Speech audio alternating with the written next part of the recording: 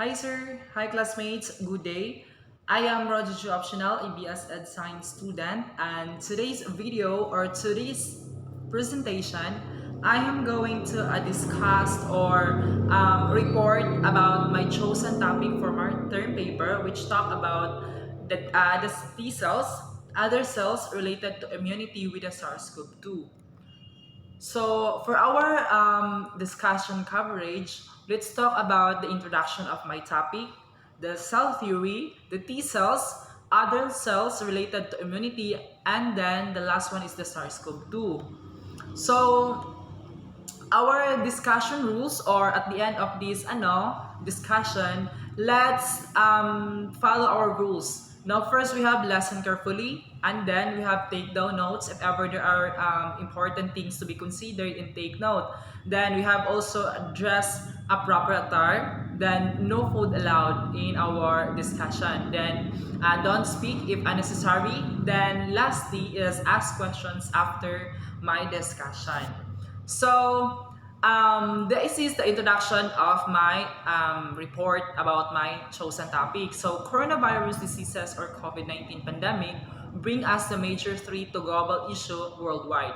This pandemic bring us a severe situation toward rapid spread of global illness around the world. So, this COVID-19 is a worldwide adversity.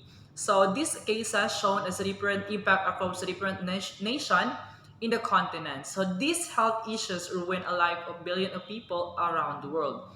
So based on the different gathering and newscasting information about COVID-19, billions of people or millions of people affected because of this pandemic. No? So at this point, let's talk about the cell theory itself. So cell theory states that living things are composed of one or more cells, that the cells is the basic unit of life. So, and that cells arise from existing cells. The scientific theory that all living organisms are made of cells as the smallest functional unit of no. So during in a 1665 publication called Micrographia, an experimental scientist, Robert Hooke, coined the term cells. No, for the box-like structure he observed when viewing corpse tissues through a lens. Then during the 1670s, Van Leeuwenhoek discovered bacteria and protozoo. Later advances in lenses, then the microscope, construction, and staining techniques, and enabled other scientists to see some components of inside the cell. So there are a lot of scientists we can consider now they talk or they studied about the cell structure itself. So by late 1830s, the botanist Matthias Slidin and the zoologist Theodore Schwein were studying tissues and proposed the unified cell theory. So this unified cell theory states that all living things are composed of one or more cells. The cells is a basic unit of life, and the new cells arise from existing cells. Then Rudolf Virchow later made an important contribution about this theory that the cell theory exists. No? So the general accepted portion of the modern cell theories are as follows. So first, the cell is the fundamental unit of the structure and function in living things. Second, all organisms are made up of one or more cells. No? Then third one, cells arise from other cells through cellular division. So these are the different accepting portion in about to accept the modern cell theory. Then, in addition to that, the expanded version of the cell theory can also include first the cell carry genetic material passed to daughter cells during the cellular division. Then the second one, all cells are essentially the same in a chemical composition. Then third one, energy flow, metabolism, and biochemistry occurs within cells. So next one now. So this is our main topic of my report all about. So the T cells. So cell is this unit of smallest unit of life. it can produce or multiply as many they can to form another cells. These processes respond to stimuli from the environment towards living organisms. Cells works fast for development and growth organism. This small structural unit of life consists many parts and function in different area properly and improperly. Cells can be balanced or unbalanced to examine and determine the specific growth of an organism. So, affecting the situation where can human develop fully both a proper and improper function because of the imbalanced cell develop and growth, the function were lost to movement to grow and produce more or less. This time, we focus to deliberate some aspect of cell works in different in living organisms. So let's discuss more important things considered the T cells.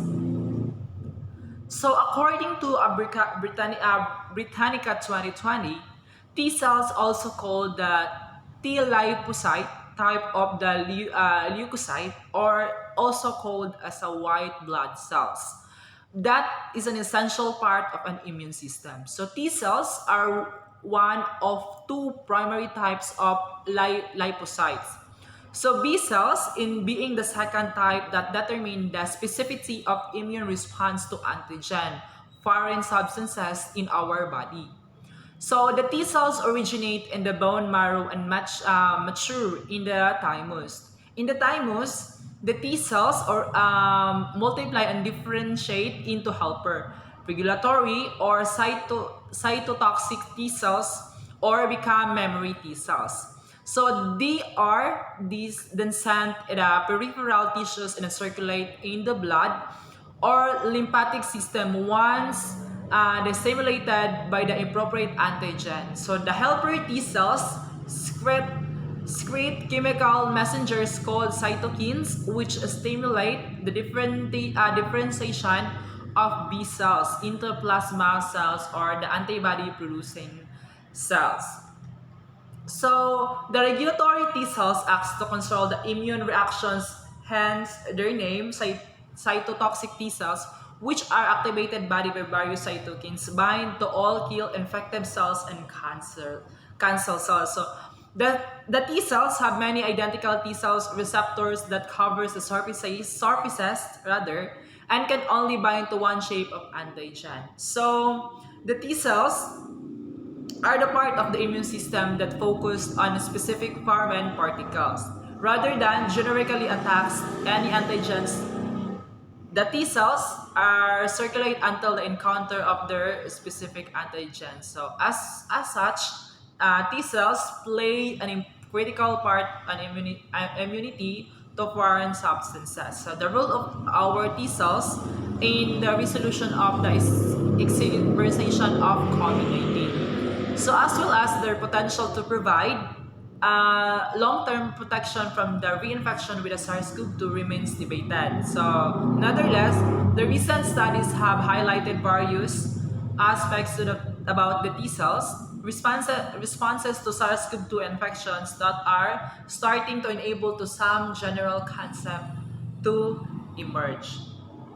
So in addition on that, in connection about T cells and the COVID-19, so here also things need to be considered. So according to Chan Z et al. Of 2020, the COVID-19 caused by SARS-CoV-2 infection is a global pandemic with more than 15.8 million infections and more than 641,000 deaths of 25 starting July 2020. So according to the map of Johns Hopkins Coronavirus Resources, asymptomatic or mild infection to severe COVID-19 that secures hospitalization, the patients who are hospitals often progress in severe phenomena and acute respiratory distress syndrome or ARDS, although there relatively little is known about the immunology of individuals who are symptomatic of individuals with a mild disease who do not require hospitalization.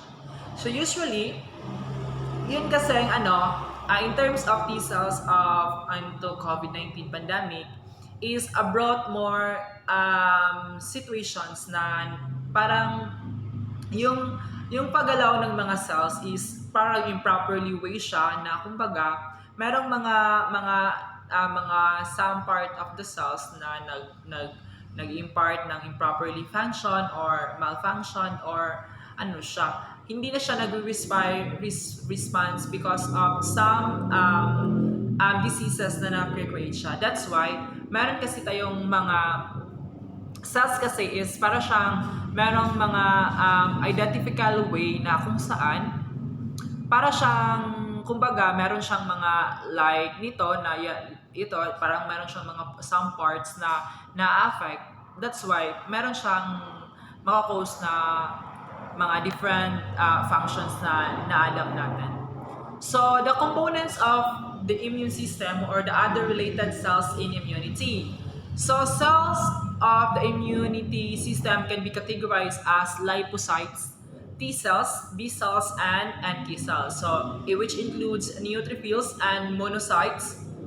Then these are the all types of white blood cells, the major protein of the immune system, and predominantly signaling proteins are often called cytokines, antibodies, and complement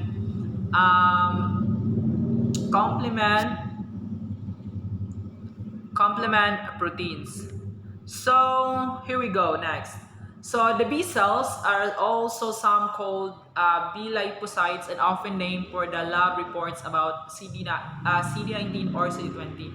So ang function ng B cells kasi is an special cells immune system which a major function is to produce antibodies also called immunoglobulins or gamma globulins. So ito siya kasi, ang B cells kasi is meron siyang mga some parts na sa ating katawan na nadidevelop siya through bone marrow for hematopoietic stem cells. So, nagmamatured or nag-grow siya starting from the bone marrow until its maturation and parang naano siya, yung nagdi-distribute siya some parts sa cells. So, the also cytokines are the heavily important sets of proteins in the body. So, these small proteins serve as hormones for the immune system. So, these are produced in response to treat and represent the communication network for the immune system. So, ang cytokines kasi, meron siyang mga important set of proteins sa ating body na small proteins na hormones sa ating pangangatawan. Nagpo-produce siya ng response to threat or different communication. Parang nagbibigay siya ng function in order to communicate sa ating immune system. The next one, the T cells. Some also called T lymphocytes are often named as the lab reports as CD3 cells or another type of immune cells. So the T cells directly attack cells infected with viruses and they are also act as regulators of the system. So T cells develop the hematopoietic stem cells in the bone marrow but complete their development in the thymus.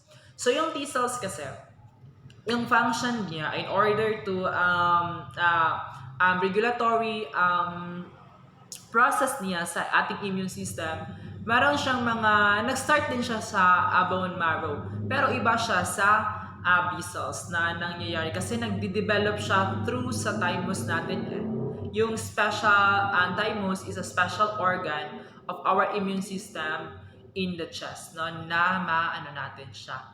Next one, we have also a natural killer cells or the NK cells are also named because they are easily kill cells infected with the viruses.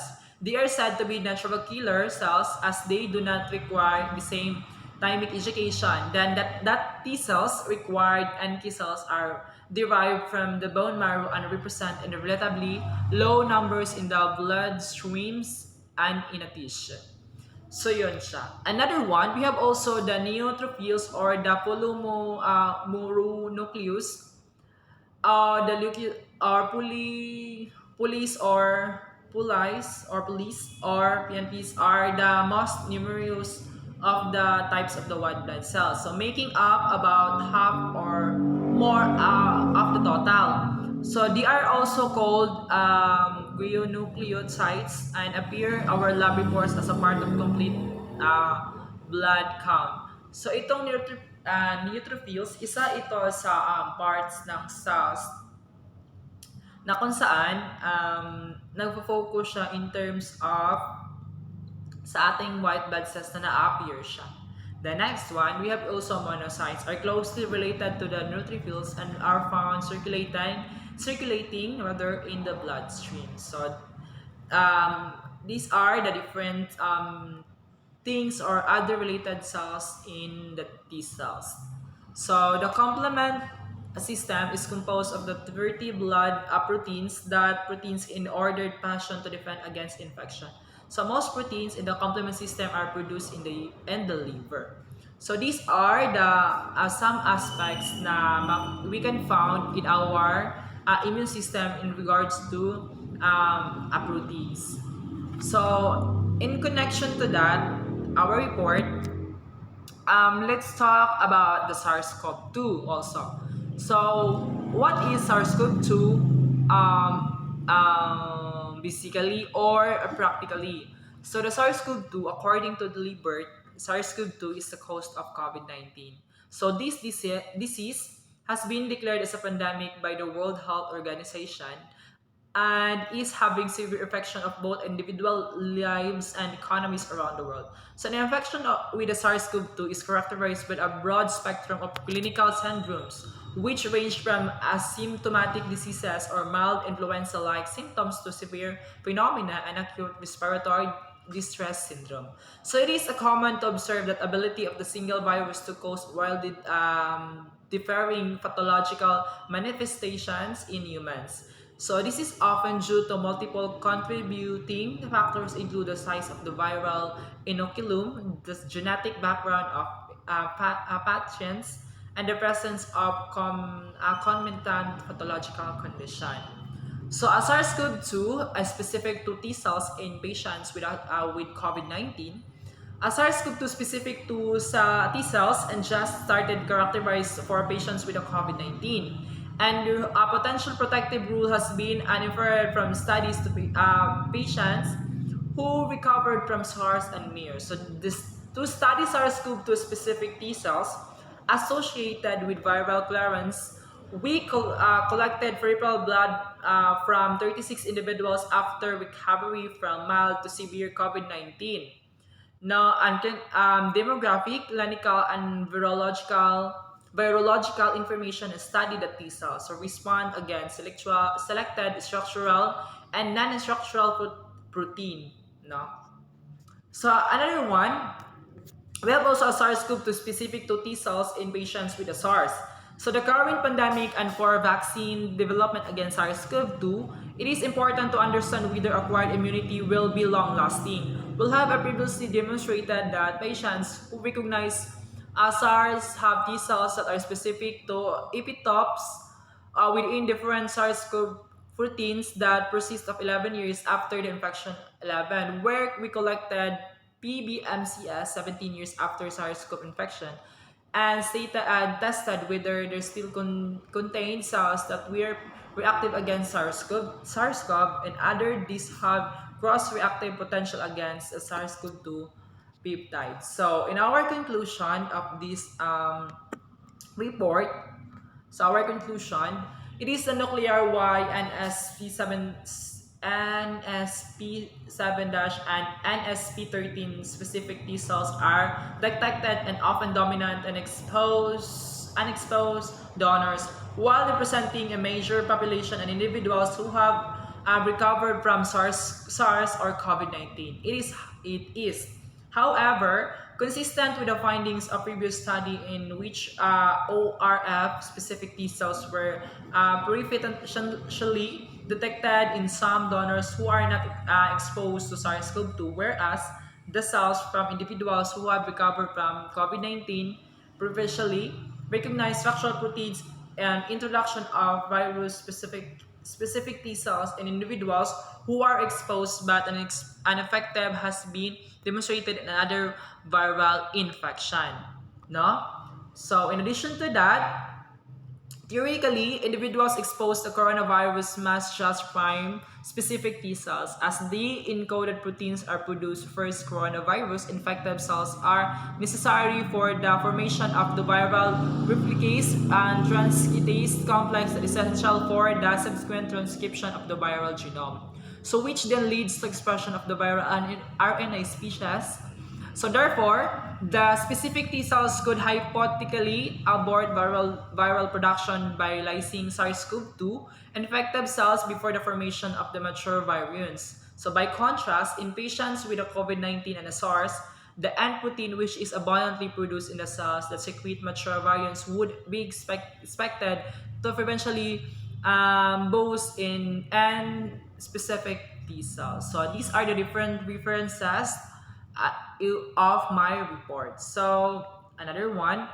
So I hope you learned a lot about my presentation of my report. So thank you so much for watching and listening. So bye to you, sir, and bye to your classmate. Bye bye.